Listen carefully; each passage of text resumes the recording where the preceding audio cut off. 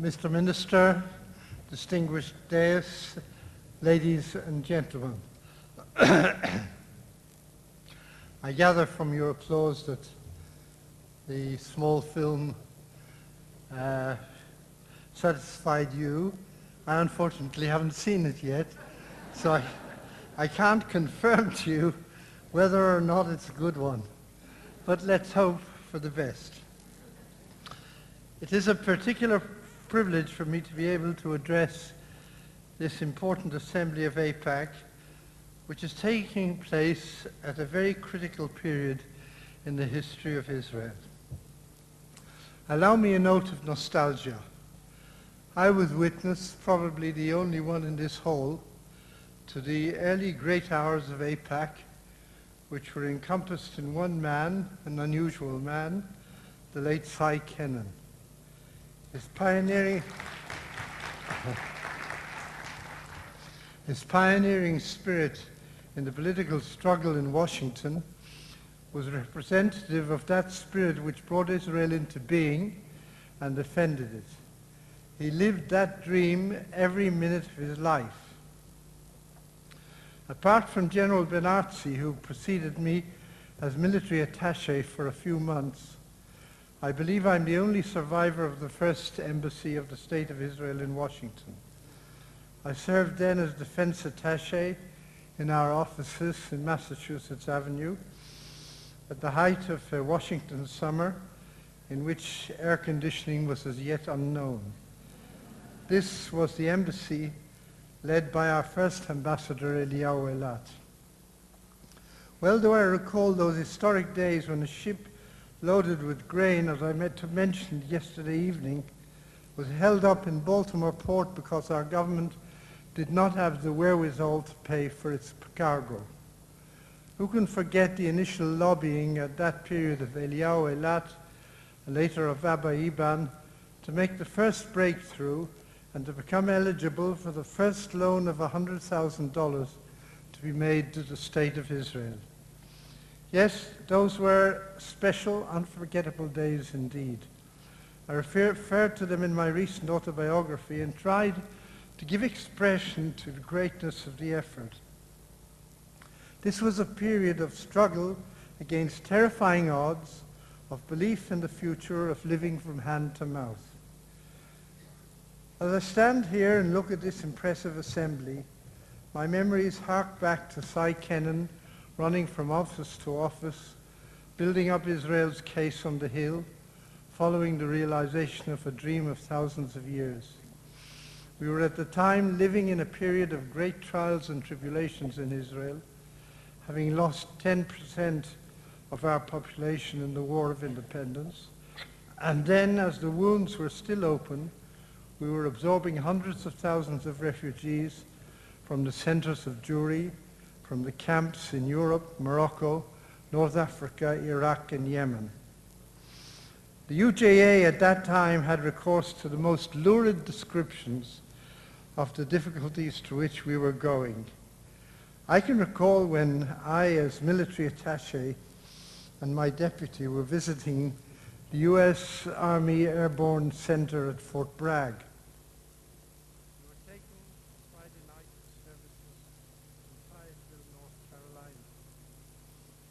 Stood in the synagogue in our uniforms, I heard one congregant addressing his neighbor in the row behind us saying, "They don't look so starved." Came the reply, "They probably give all the food away to the army." In those early days of the state, I can recall the indefatigable efforts of the late Senator Jacob Javits, the great help which I personally received from the late Senator Stuart Symington, the great leaders of the American Jewish community, Jacob Blaustein, Abba Hillel Silver, Stephen Wise, and countless others. It was a heroic period led by memorable figures in the days of the embassies of Eliyahu Eilat and Abba Iban, and some of the ministers who served with them, such as Teddy Kollek, Reuven Shiloach, and others. You can be proud of the fact that a single hero who represented the first hint of AIPAC, Cy Kennan, was in at the creation. Your meeting and asking tonight, is the dream still alive? Well, the answer was given tonight by Minister Edelstein. The fact that he's sitting here and is who he is already the answer to the question.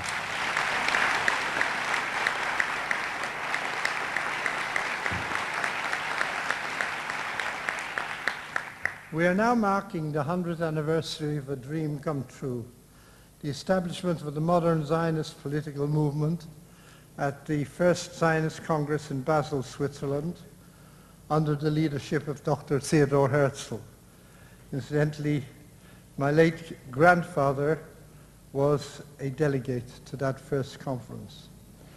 Who dreamed then that the movement which Herzl created would, after 5 decades, bring about the creation of the Jewish state, and that Herzl's prophecy, "In Basel I created a Jewish state," would be vindicated.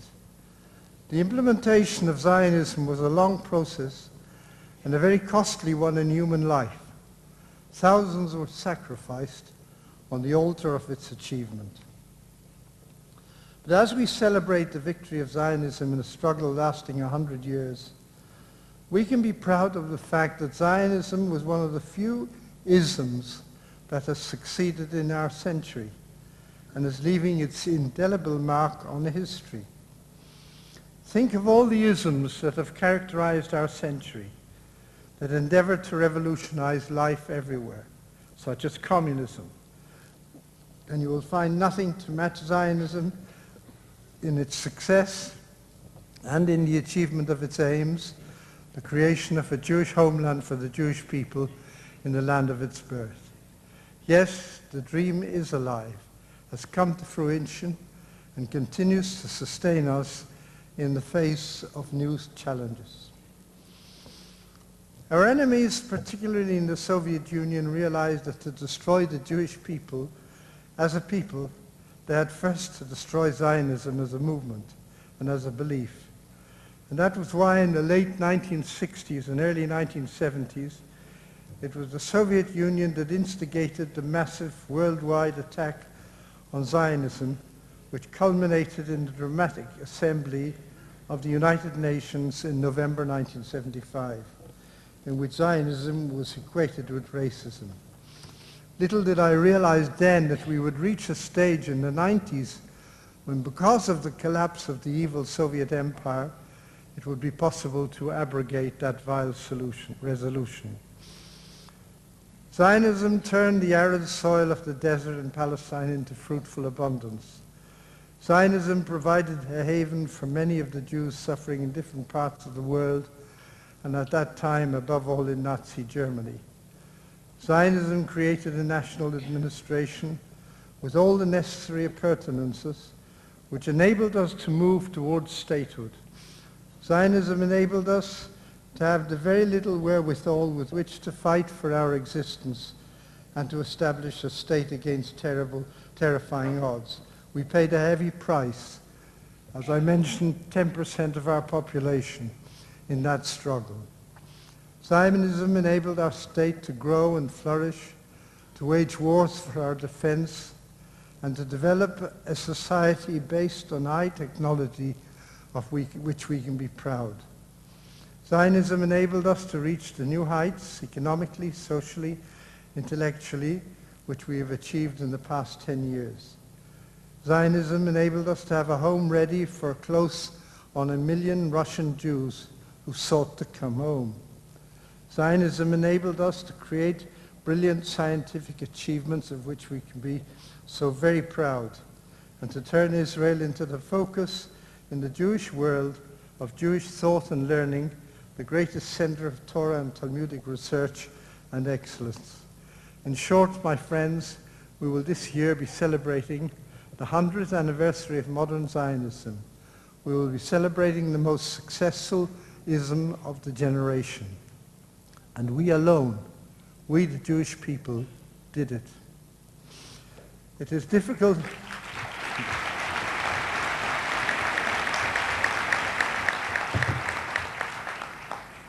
It is difficult to appreciate that this year we will celebrate the 50th anniversary of the establishment of our state, a short span but a most significant one in our ancient history.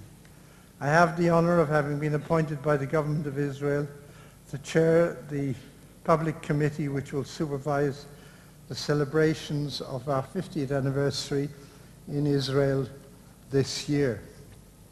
We trust and hope that World Jewry, acting through the various regional communities that have been established throughout the world, will join us in participating in the celebrations to mark our historic achievements.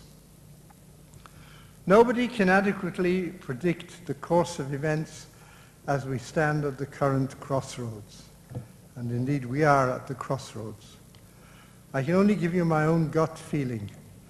I've not come to praise our government's policy or to denigrate it. This, I believe, is best done at home and not when visiting abroad. We face some very difficult, very fateful decisions.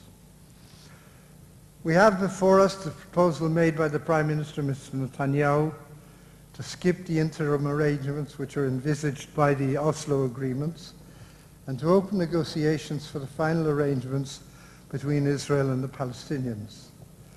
This idea was initiated at various different stages, and I am encouraged by the fact that the Prime Minister has now officially made it. I think it is a good one.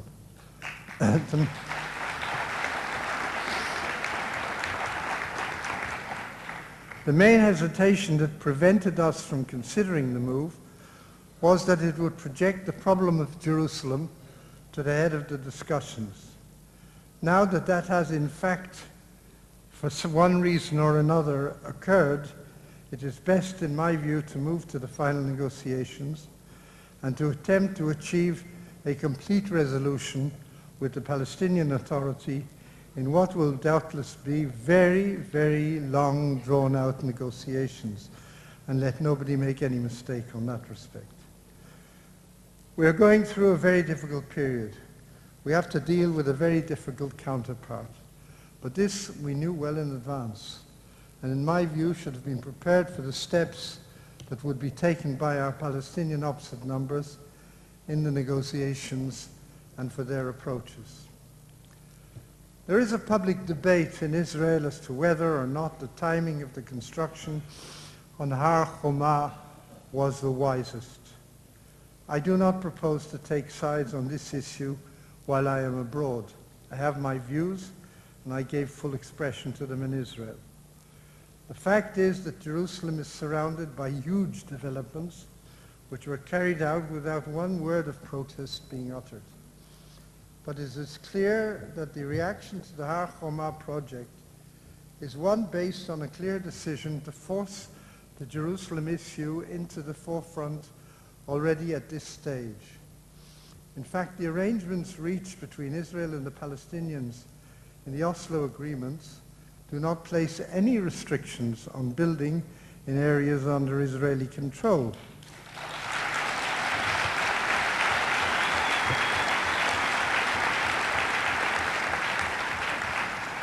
And yet this has suddenly become a major issue.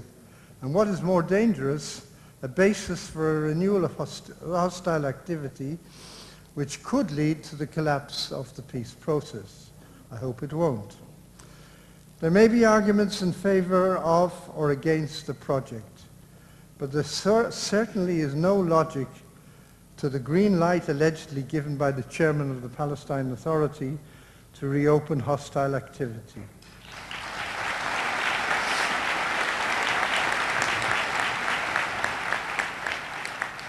This is no manner in which to conduct international negotiations.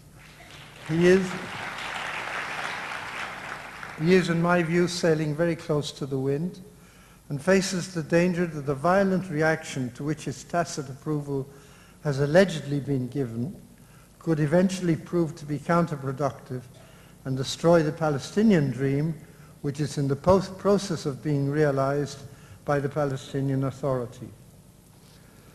This whole issue was discussed and became a major one in the United Nations as part of the Palestinian reaction, which was orchestrated by Chairman Arafat. Let me make it clear. In my view, there was no real basis for the world reaction which came to expression in the United Nations. After all, what were we talking about? Land, 78% of which was owned by Jewish landowners since the period of the British Mandate. 78%. Land within the municipal boundaries of Jerusalem. Since settlements is a dirty word today, it was widely used by the media and of course at the United Nations when what is being constructed has nothing to do with settlements. It is legitimate construction within the municipal boundaries of Jerusalem.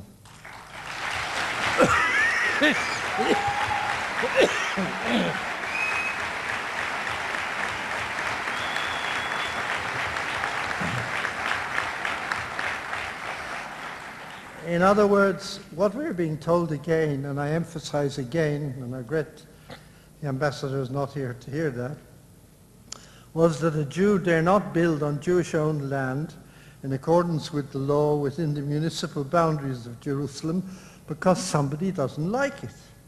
The fact that this was perhaps not clearly explained to the world is another issue which you may well wish to discuss here in AIPAC.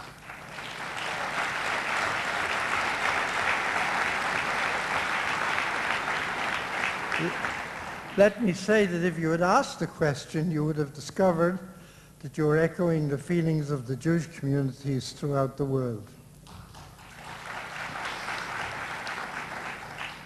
Had the ambassador been here, I would have told him that what disturbed me most was that as I listened to and read the speeches at the UN and saw the automatic majority move into action, with most of the speakers having no inkling about what they were discussing, it recalled for me the very unpleasant period which I spent in the United Nations before, during and after the Zionism-racism struggle in what at that time I described as the theater of the absurd. It was sad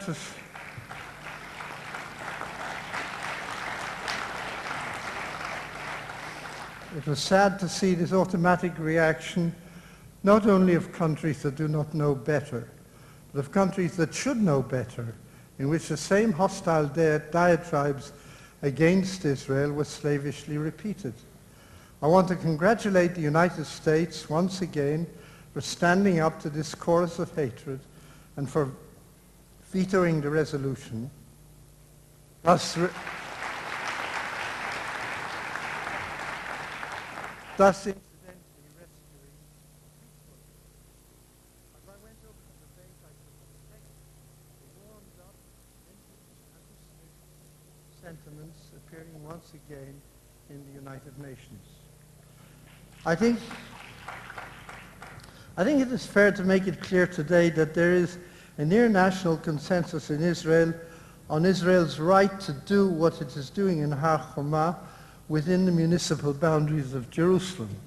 Now, there is a legitimate debate as to the tactics and methods, as to the timing which led to this development, and I'm not going to go into that. It is, however, sad to witness how this unanimous outcry has been slavishly echoed by countries all over the world, some of whose representatives may not be aware of the special significance of Jerusalem for the Jewish people, but certainly have not heard of Har Homa.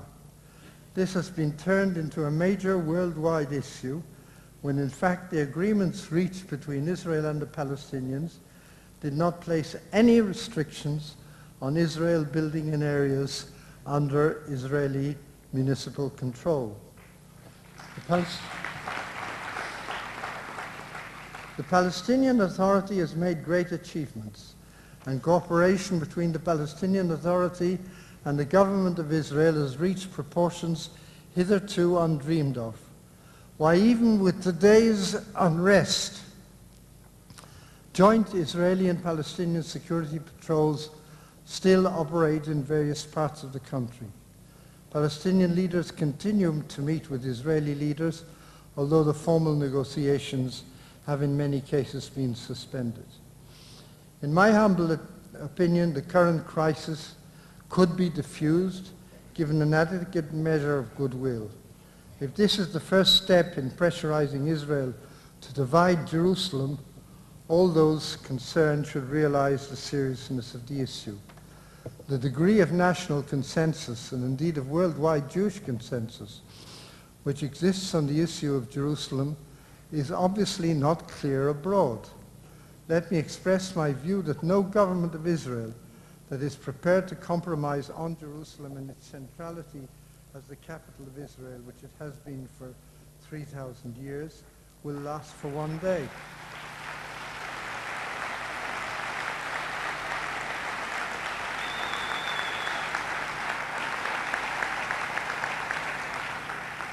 This, as opposed to an appropriate agreement in respect of Arab control of the Muslim holy places, particularly the Temple Mount, which Israel has been prepared to negotiate all along. There is a legitimate debate in Israel on our approach and on our various moves and reactions. But one thing is clear: the process cannot be subjected to the whims of Chairman Arafat, who apparently at will switches on and switches off the hostile outbreaks which put a brake on the ongoing negotiations. This threat of terrorist activity held over us whenever the chairman of the Palestine Authority is unhappy with our attitude is no way to conduct negotiations. He will get nowhere when he does this, while he distances himself from the area, strutting at parades in various airports in the world. There is no alternative but to sit down and negotiate. There is no alternative but to seek accommodation and compromise. Such negotiations must be conducted in an atmosphere of mutual respect and a fair degree of understanding. It seems to me not to be the wisest approach, for instance, to load the negotiating process with parallel major issues rather than to let each one be treated in turn on its merits. Thus, for instance, I would have preferred to see the issues affecting Jerusalem being dealt with separately from the issues arising out of the further redeployments. The Palestine Authority could well lead the Palestinian people to a better future. But this move cannot be conditional. It must be based on free, open, and honest negotiations between Israel and the Palestinians without any recourse to threats of violence and to outbreaks of violence. Gradually, the Palestine Authority is proving to be a growing concern, with both construction and industrial development taking place. Such developments can be to the benefit of the Palestine Authority, and every effort should be made to ensure that this continues because it is in the interests of the Palestinians and of Israel. The Palestinian Authority must be convinced that this blow hot and blow cold, with the permanent threat of violence and terror in the background of the subconscious and conscious, will not influence the United States, who control the political stage and without whose intervention we would never have achieved peace in the Middle East. My friends, I believe that the peace process is irreversible. We will have our ups and downs. We will have many conflicts. But both peoples realize today that there's no alternative. We have achieved everything so far because we were never deterred by the obstacles which we had to overcome. In the final analysis, both sides will have to compromise on many issues.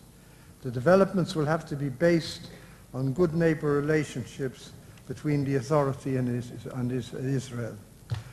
This year is a very appropriate year, the 100th anniversary of Zionism and the 50th anniversary of the State of Israel. Let us emerge from this conference reinforced in our dreams for a better and peaceful future, and determined to pursue the course which has brought us so far. If you will bear with me, I will quote the final words in my autobiography. I cannot take Israel's independence for granted, for I've seen the Jewish people emerge from the terrifying depths of the Holocaust to ascend the heights of the State of Israel. During all my years, I was inspired by my belief in the eternity of Israel and the compulsion to work towards it.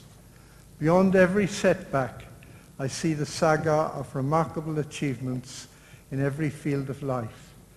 The tragedies that befell the Jewish people in my lifetime have no equal, but our victories and achievements have surpassed the dreams of generations.